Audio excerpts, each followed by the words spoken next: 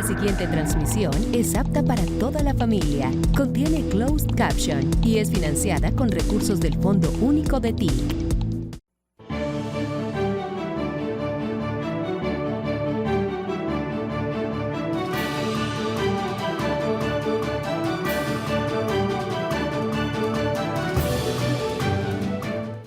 Yo conocí cuando tenía 33 años por ahí. Había salido, no puedo decir que exiliado propiamente, aunque sí, se había acabado toda una perspectiva y una etapa de mi vida.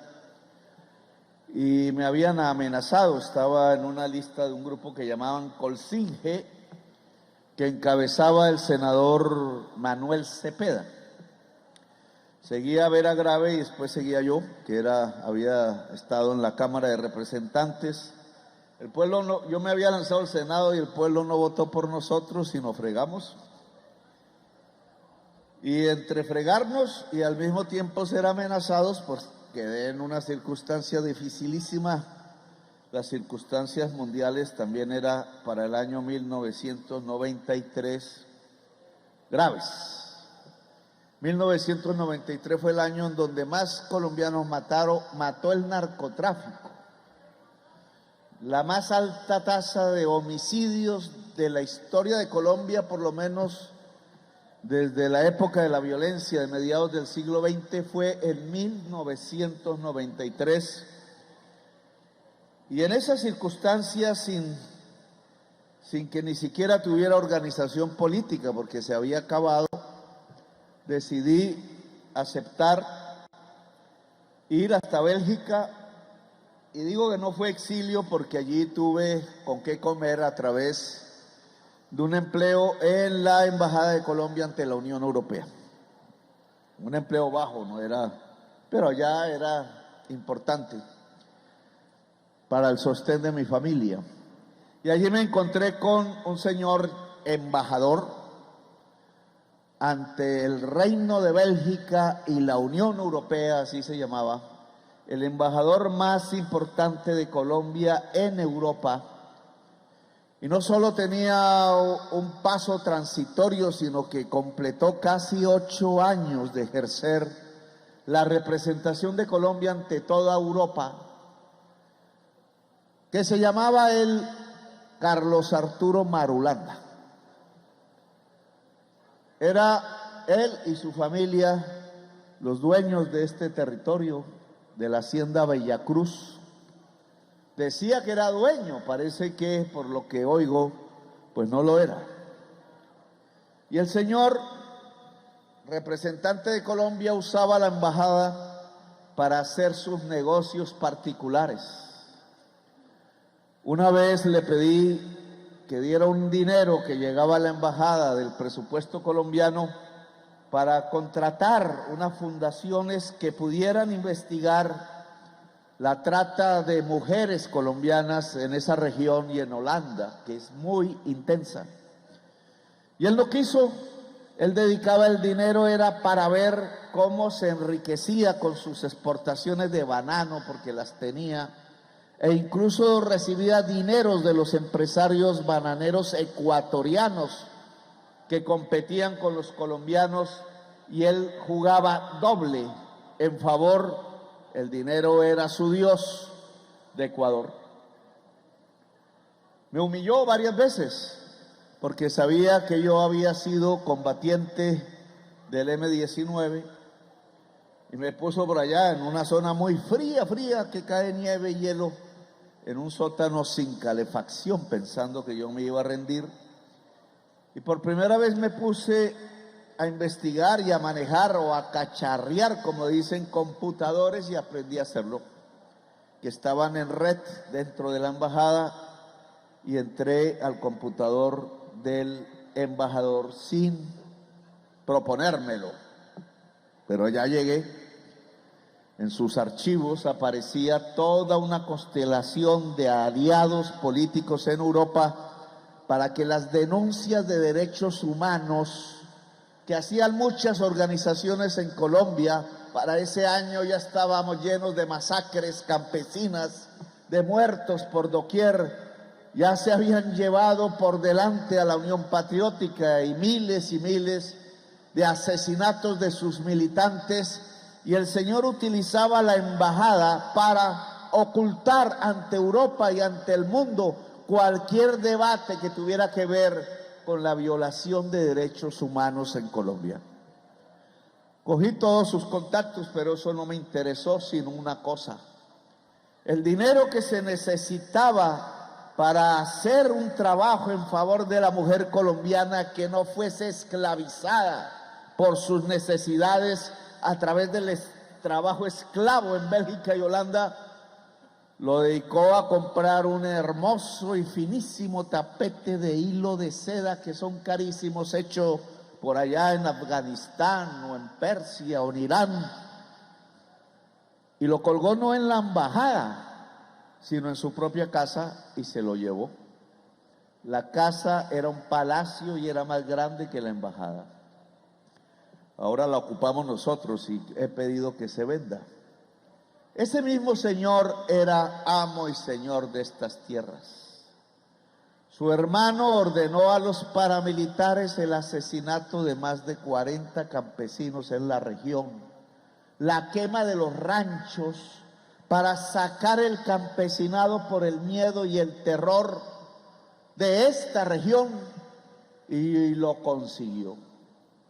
En lugar de que el campesinado fuera el dueño de la tierra, y tengo que decirles que yo dormí en caseríos de toma de tierra cerca a Palestina, por donde queda el burro. ¿Dónde están? Ay. Yo no.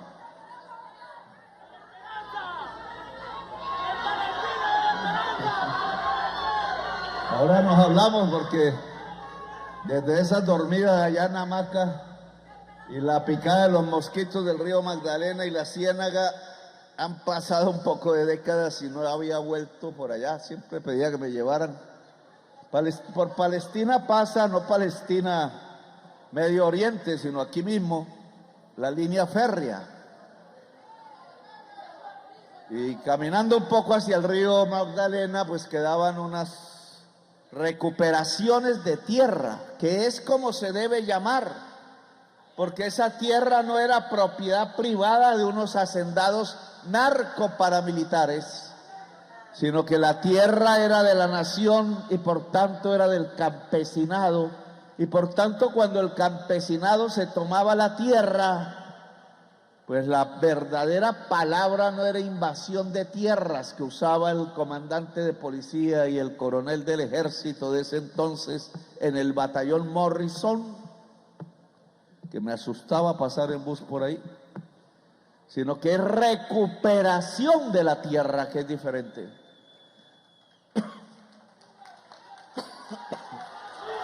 Los invasores eran ellos, los que usaban los fusiles, los que le decían a Juancho Prada, cuyos batallones fueron, batallones no, eran unos cuantos, los vi a caballo en San Alberto Cesar con la pistola al cinto, paseándose por el barrio 1 de Mayo, donde también dormía.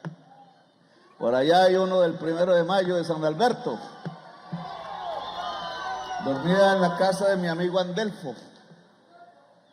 Y ya tengo un largo recorrido por acá, porque dormía en las recuperaciones, dormía en muchas camas, a veces en el suelo, pero yo estaba en mi tarea, en lo que me gustaba, que era organizar la población y defenderla, hasta que casi me matan en Barrancabermeja, más al sur de aquí.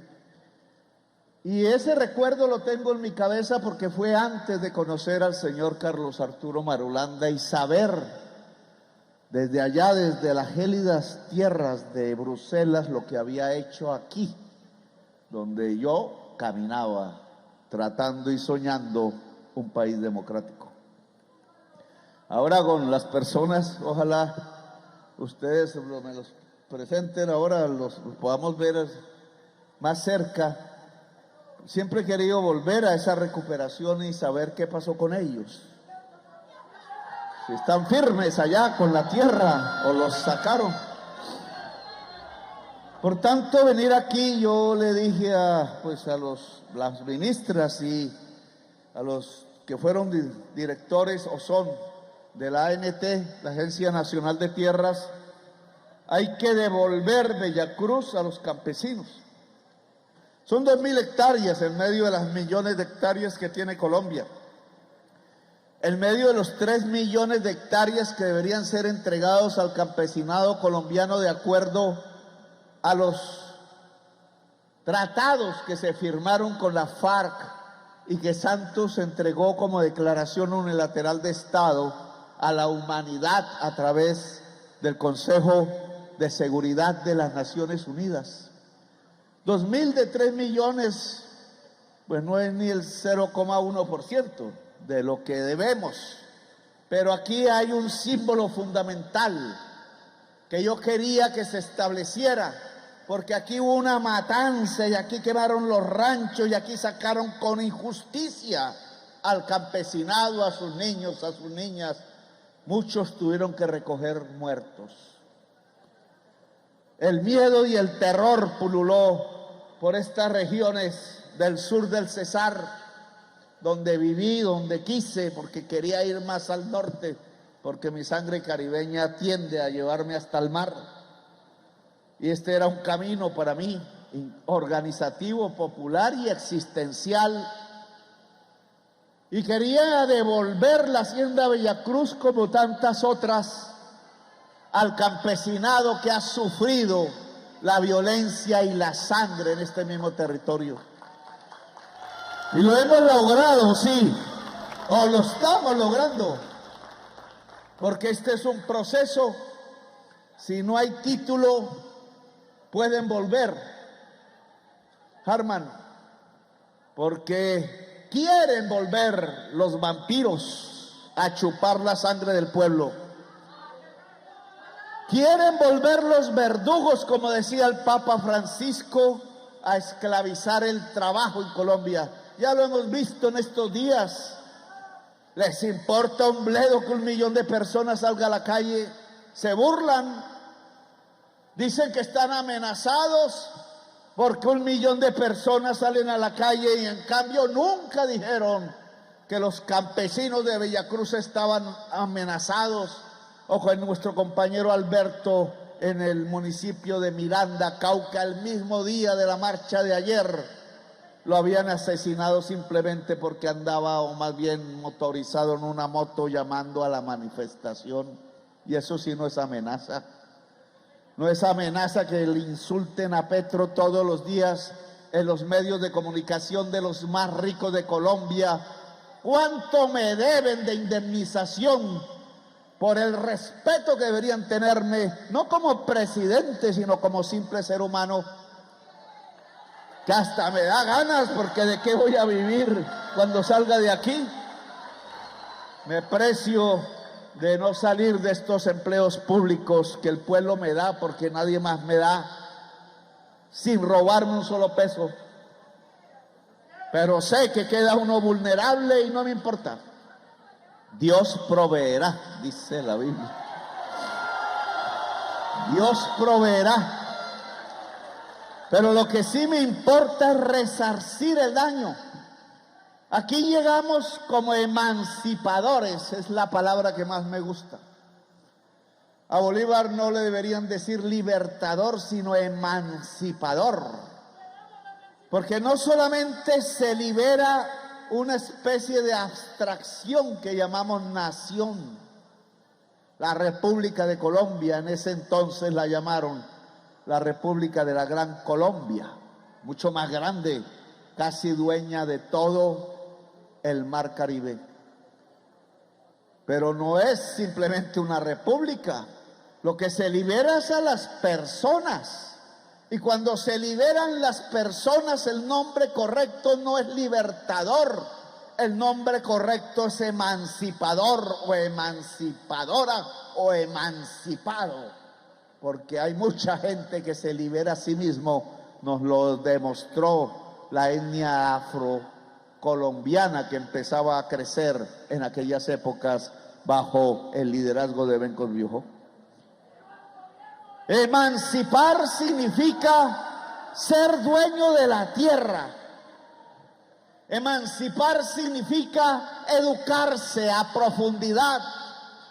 Emanciparse significa dirigir su territorio y dirigir su país de acuerdo a la voluntad propia, autónoma, libre. Emanciparse significa ser espíritu libre. El día en que toda la humanidad esté emancipada es el día en que toda la humanidad esté compuesta no de reyes, no de déspotas, no de dictadores o tiranos, no de presidentes civiles que a veces hacen las veces de dictador, sino de personas libres. Ese día la humanidad podrá, superando sus conflictos del matarse entre sí, mirar francamente las estrellas. Aquí somos emancipadores porque estamos entregando esta tierra ensangrentada. Aquí sí no hay medios, aquí sí no dicen amenazas, cuando aquí mataron a la gente. Tierra ensangrentada de la que deberíamos preguntarnos si sucedió hace 30 años. ¿Qué fecha fue exactamente? ¿Cuándo? No, 95 años atrás, porque el proceso es largo. Si hablamos de esos años, ¿por qué el Estado no le ha devuelto las tierras a los campesinos sino hasta ahora? 29, 30 años han pasado. ¿Qué significa? ¿Qué significa que los mandos de la policía de entonces, en vez de defender al humilde campesino, iban al lado del patrón ilegítimo, acompañando a quienes iban a matar al campesinado? ¿Qué significa que los coroneles del ejército del entonces guarecieran en su batallón a quienes con fusiles ilegales untados de cocaína venían a matar la sangre campesina? ¿Qué significa desde entonces que fiscales y hasta magistrados hayan intentado que esta tierra no llegue al campesinado, sino que se le devuelva a los testaferros del narcotráfico? ¿Les han dado mucho dinero para que el campesino no tenga justicia? ¿Creemos acaso que eso se llama justicia? Y me interrogo ahora, ya pasados esos años, al presente, al que vivimos, si esa justicia se ha restablecido cabalmente, si es posible hoy tener un proceso de no repetición, que no vuelva la sangre a estas tierras, si es posible que en cantidades que ya no deben ser 2.000, sino con un cero mayor, 20.000, con un cero más, 200.000 hectáreas, entre el sur del Cesar y el Magdalena Medio, santanderiano, antioqueño, y más al sur, pueda ser la tierra de nuevo del campesinado y no de unos narcohacendados que no cultivan ni una sola mata de maíz o de yuca. ¿Será que es posible? Porque si dijéramos que sí, sería posible la paz. Esa es la paz, decía el expresidente Santos no hace mucho, él que firmó el tratado de paz con la FARC en el año 2016, decía que éramos nosotros los que nos habíamos equivocado porque habíamos organizado a las disidencias. Yo tengo que decirle a Santos que se equivoca. No voy a decir más, sino que lo que ha dicho es falso, porque no reconoce su propio error, que no es nada comparado con el del gobierno que siguió. Santos se le olvidó el nombre de Duque porque ahora quiere la alianza con él y nos echa la culpa a nosotros que venimos años después del fracaso de una parte del proceso de paz fundamental porque en las regiones que fueron de la FARC, hoy hay violencia de nuevo. ¿Por qué? La razón del por qué el primer acto de traición al proceso de paz con la FARC, hecho desde el Estado, está aquí cerca. Y hay que, decía el alcalde de La Gloria, que esto también es la entrada del Catatumbo, porque Cerro Arriba, Cordillera Arriba, pues ya queda el Carmen, y ese es el primer municipio hacia Tibú. Y esta geografía nos permite aclarar en dónde comenzó la traición al proceso de paz de la FARC y Santos en el año 2016. Fue por aquí. Me va a decir el alcalde dónde queda Gamarra. Hacia el norte de La Gloria. La Gloria limita con Gamarra. Ah, Gamarra está al sur. Vale, para ubicarnos. El municipio que queda al sur de La Gloria se llama Gamarra. Ahí hay un puerto fluvial en el río Magdalena. ¿A quién pertenece el puerto fluvial del río Magdalena? Ay, nos toca aprender de este territorio. A la familia de Gina Parodi. Creo, ¿no? Que estaba de novia y no que de la ministra de Transporte de ese entonces, que ya no me acuerdo cómo se llama, una barranquillera. Cecilia Gina.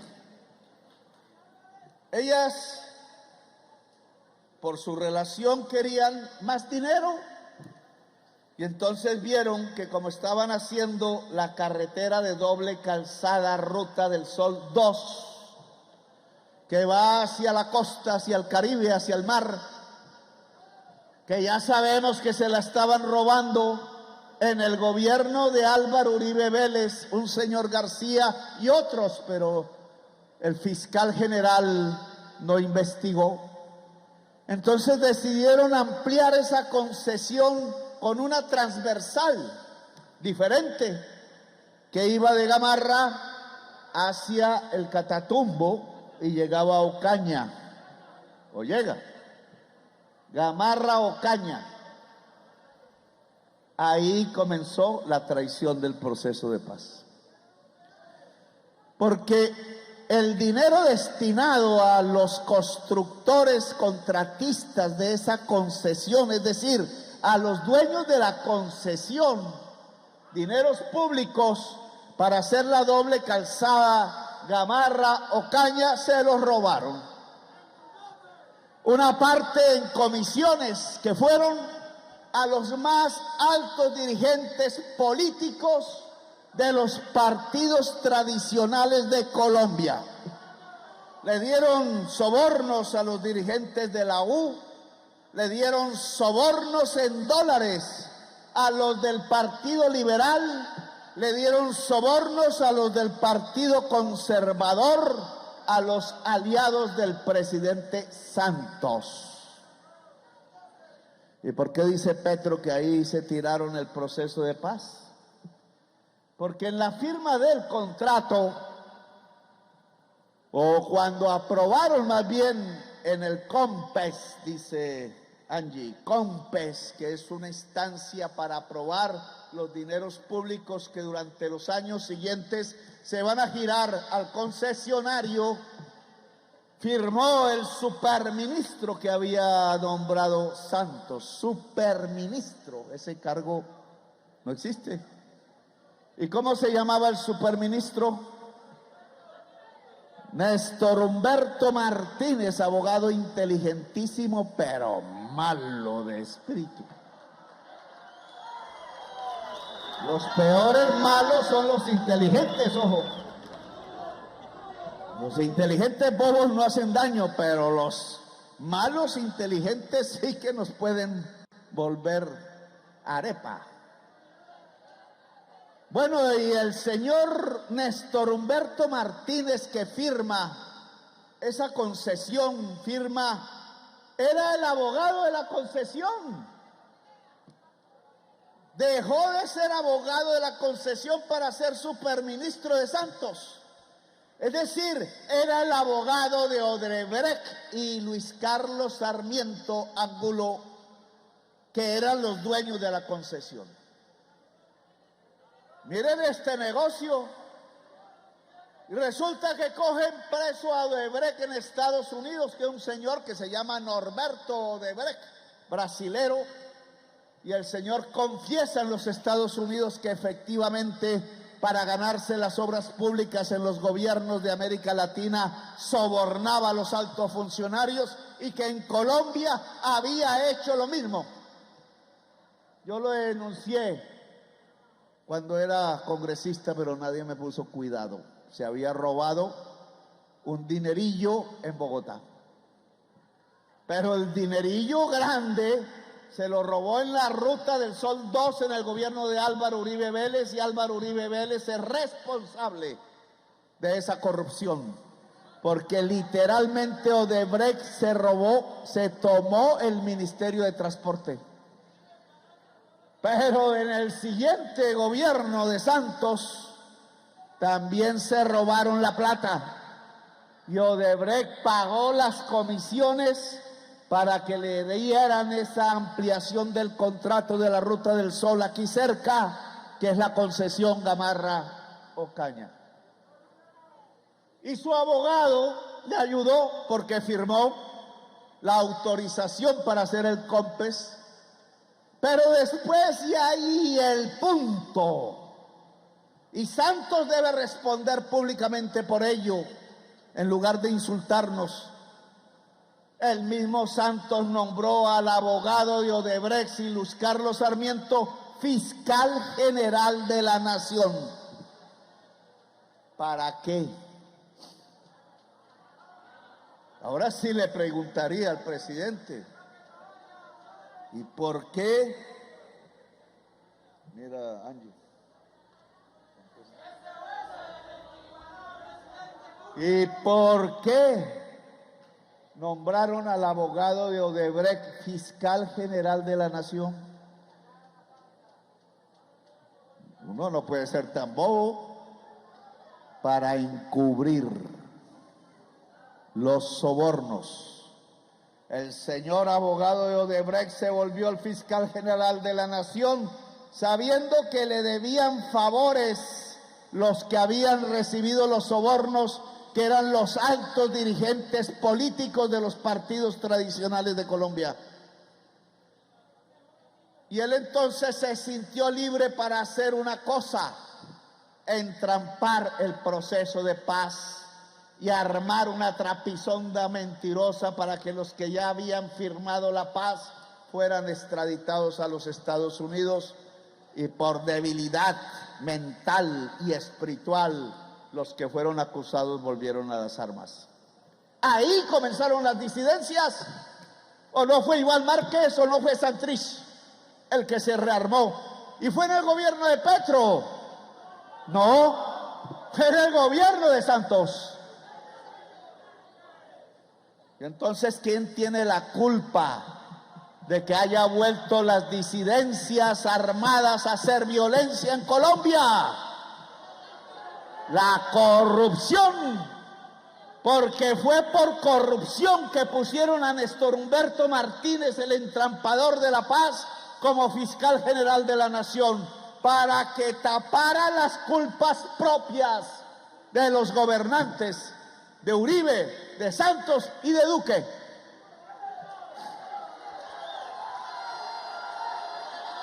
Ahí está el inicio de la violencia.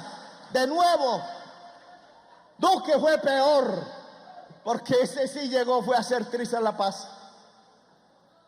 El Micay está invadido del ejército privado del narcotráfico porque Duque nunca metió un hombre armado allá a atacar la bolsa internacional de la cocaína.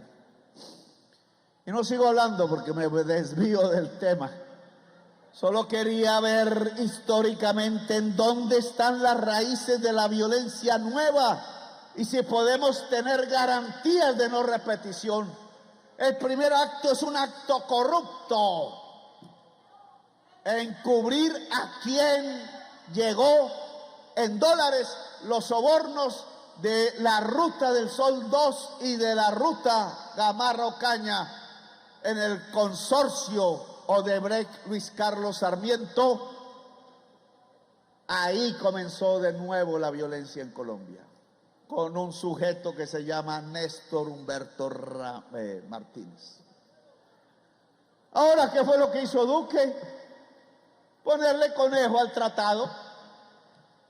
3 millones de hectáreas, dice el punto 1, para el campesinado de Colombia.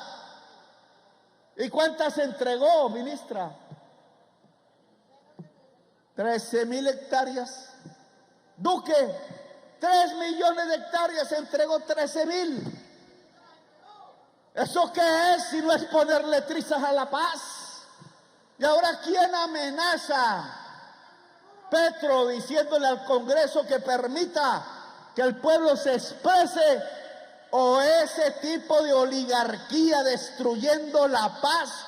¿Para quién era la amenaza si no se entregaban los 3 millones de hectáreas para el campesinado?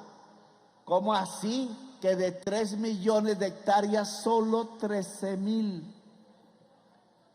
¿Saben cuántas ya tiene este gobierno adquiridas por diversos mecanismos, con todas las dificultades, sin la ayuda de ninguna de las ramas del poder público en esta tarea, cuando son las 3 ramas del poder público las que están comprometidas ante la humanidad a partir de la declaración unilateral de Estado en que se convirtió el acuerdo de paz entregado al Consejo de Seguridad. Solo nosotros, nadie nos ayuda. Al contrario, nos ponen palos en la rueda. Y hoy tenemos no 13.000, Santos 0, Duque 13.000, Petro 562.000 hectáreas.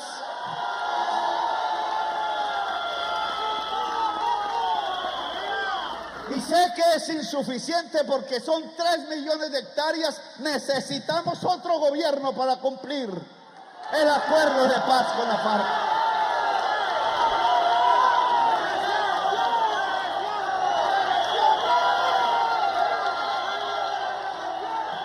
Sería una desgracia para Colombia volver a un gobierno como Duque. 13.000 hectáreas. Sería una desgracia para Colombia volver a un gobierno en donde nos imponen un fiscal que ve la sangre verdugo en la noche de los inocentes y en cambio no es capaz de encontrar los culpables del crimen en Colombia. Atrás no podemos volver. Tenemos que dar pasos adelante y la única manera de ir adelante es que las mayorías pobres, vulnerables, débiles económicamente del pueblo de Colombia se unan en una decisión política inquebrantable. No retrocedemos, vamos hacia adelante.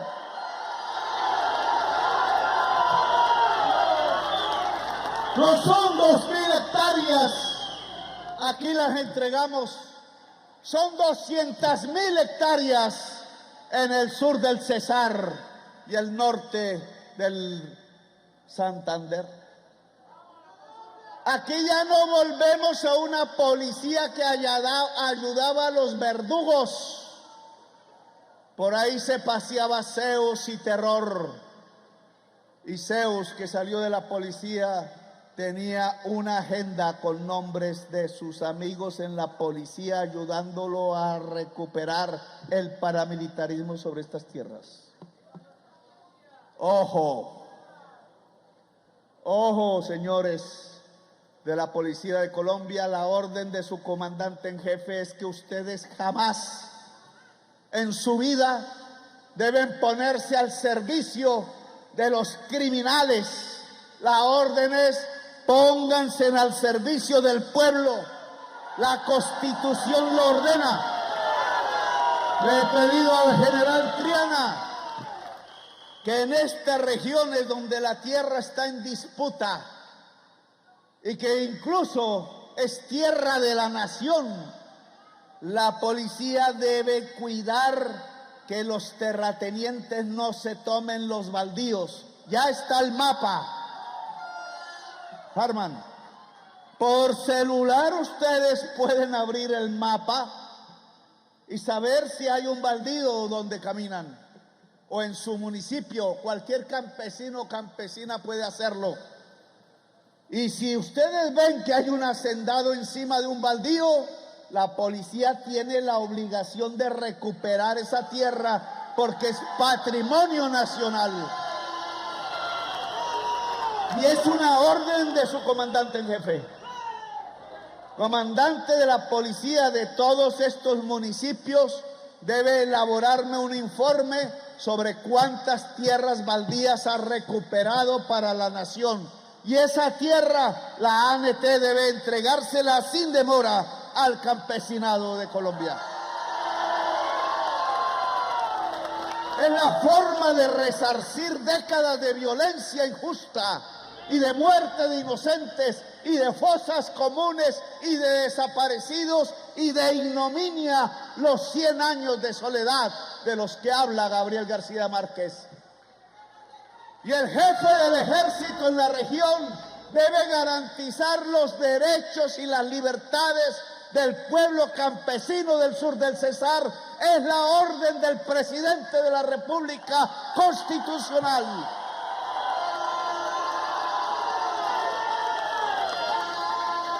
Ayer decíamos que se acaben los 100 años de soledad. El presidente del Senado entonces dijo: eso es una amenaza. ¿Cómo así, Efraín Cepeda? Que decir que se acaben los 100 años de soledad es una amenaza.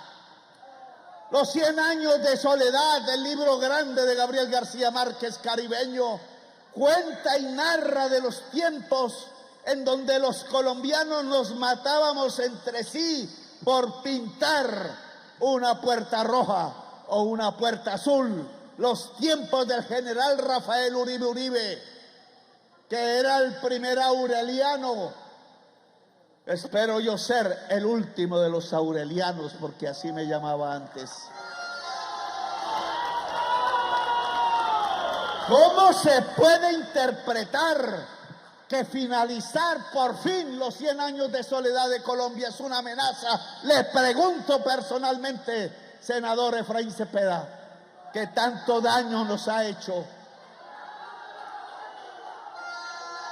Acabar los 100 años de soledad es acabar la violencia en Colombia. Acabar los 100 años de soledad es acabar la ignominia y la ignorancia en Colombia. Acabar los 100 años de soledad es acabar la esclavitud en Colombia. Acabar los 100 años de soledad es acabar con el gobierno de los esclavistas y emancipar a la sociedad colombiana. Acabar los 100 años de soledad es la paz, y a la paz no se le llama amenaza, porque entonces empiezan a imitar a Pinochet. Nosotros convocamos a la paz. 1 millón de personas salió a las calles, 200 municipios, concentraciones, movilizaciones. Es el pueblo el que se ha parado y se va a parar más. Iré yo mismo a Barranquilla a hacer la manifestación en el Paseo Bolívar para decirle a Cepeda que me explique en su propia casa, su distrito, por qué considera que finalizar los 100 años de soledad es una amenaza para el Senado y el Congreso de Colombia. Cuando deberías acompañarnos. Amortajó de negro el Congreso para darle la espalda al pueblo y el Senado de la República debe, según la orden constitucional y legítima, obedecer al pueblo, porque es su representante. El pueblo ha ordenado finalizar 100 años de soledad de Colombia y de la Gran Colombia. Y esa orden hay que respetarla. En Barranquilla quiero que me explique el Senado de la República por qué considera una amenaza la paz de Colombia. Porque a esa decisión popular de salir a las calles, que cada vez va a ser más, antes de que el Senado apruebe la convocatoria a la consulta, en ese proceso deberían los grandes ricos de Colombia y los políticos tradicionales mirar que es posible el diálogo nacional, que es posible el acuerdo nacional, pero no un acuerdo con el pueblo arrodillado. No lleven al pueblo colombiano a una huelga general y a la confrontación, dándoselas de arbitrarios, cerrando las posibilidades de la consulta. Las normas son simples. Si archivaron el proyecto de los derechos laborales que incluyen los derechos del campesinado en 8 senadores de la Comisión Séptima, de cuyos nombres no quiero acordarme ahora. Si 8 enterraron la decisión mayoritaria de la Cámara de Representantes, que había hecho su labor aprobando y cambiando, como en su discusión que hicieron el proyecto de reforma laboral, y pasaba entonces al Senado, primero a la Comisión Séptima, y estos 8 puntos suspensivos lo archivaron. Entonces, ¿por qué el Senado no puede solicitar una consulta al pueblo para decidir? Si no van el umbral y la gente no vota, o gana el no, pues no se hace. Pero si gana el sí, es una orden al Senado, no porque tenga que arrodillarse al pueblo.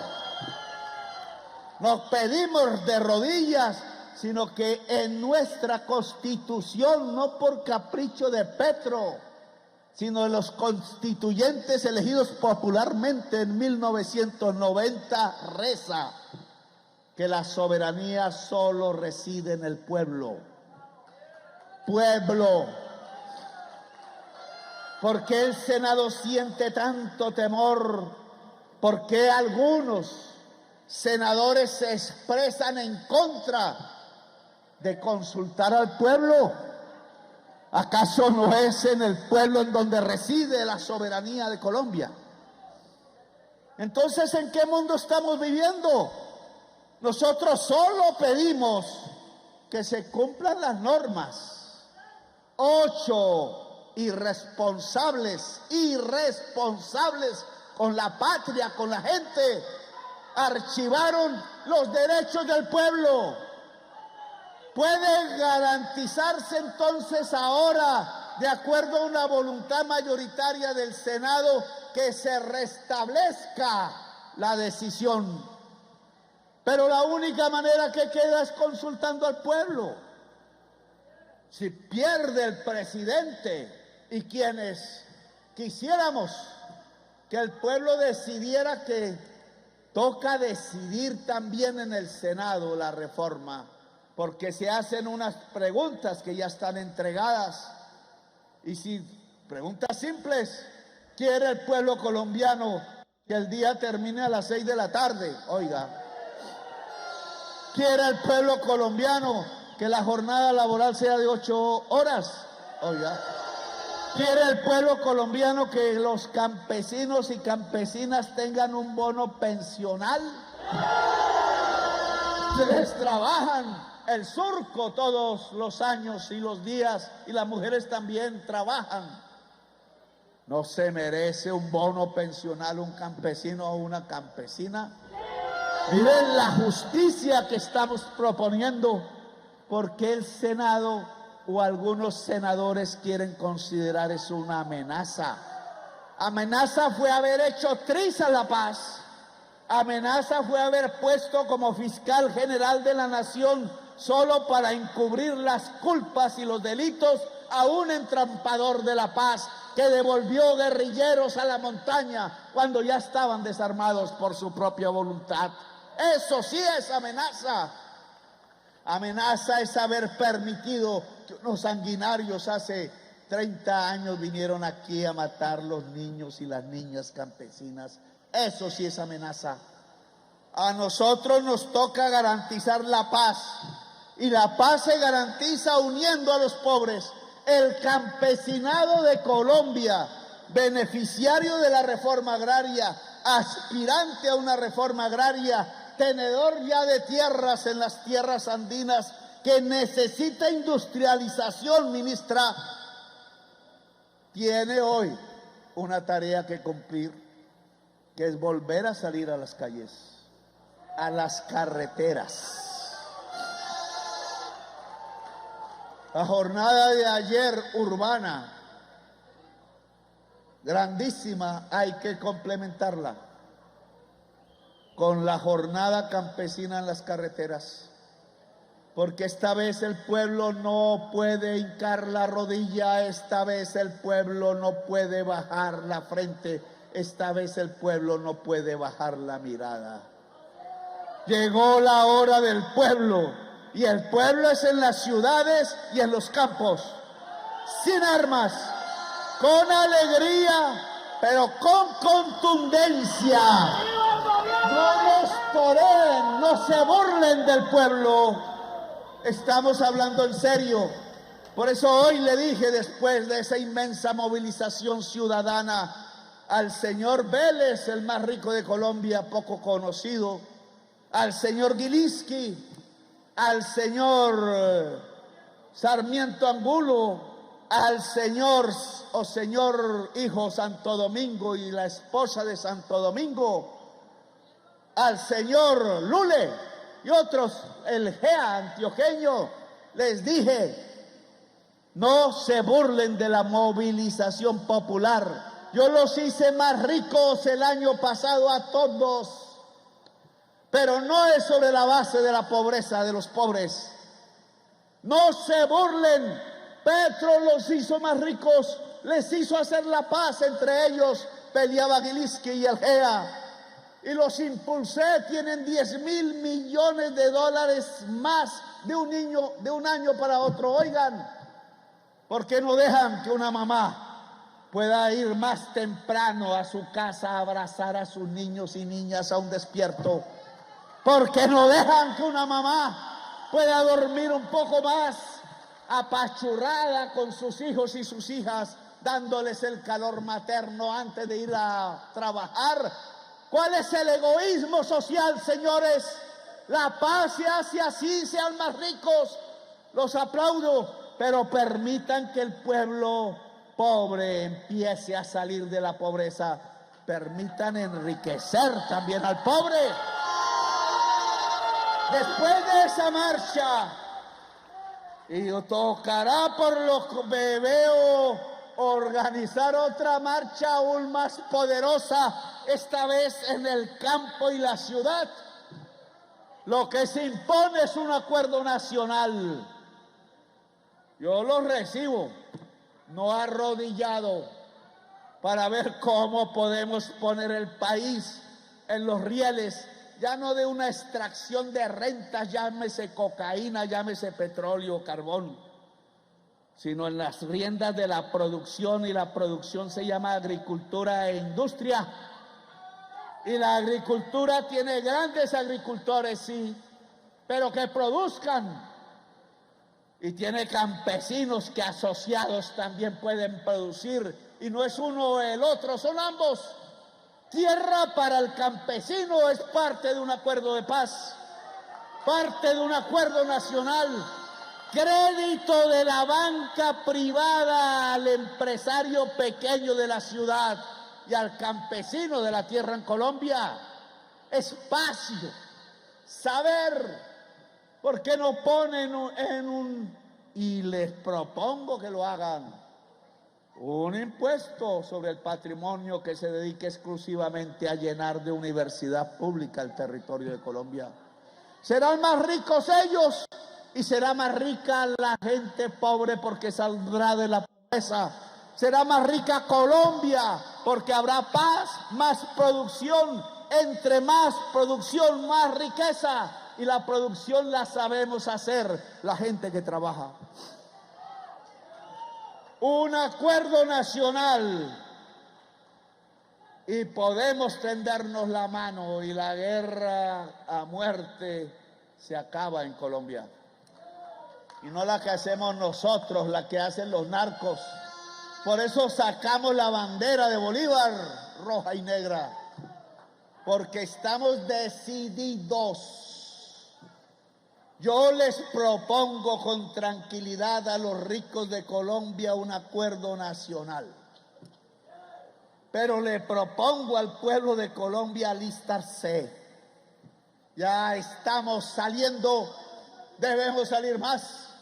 Llegó la hora de la gran coordinación popular. Llegó la hora del pueblo.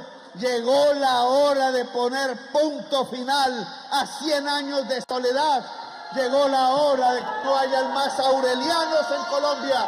Llegó la hora de que Colombia sea el país de la belleza, el centro de la tierra, porque somos el corazón del mundo. Y a mí me tocó estos meses de ser el presidente del corazón del mundo. ¡Que viva el pueblo de Colombia! ¡Que viva el pueblo campesino del Cesar! ¡Que viva el pueblo campesino de Colombia! ¡Que viva Colombia, país de la belleza! ¡Que viva la República Democrática de Colombia! Gracias por haberme escuchado.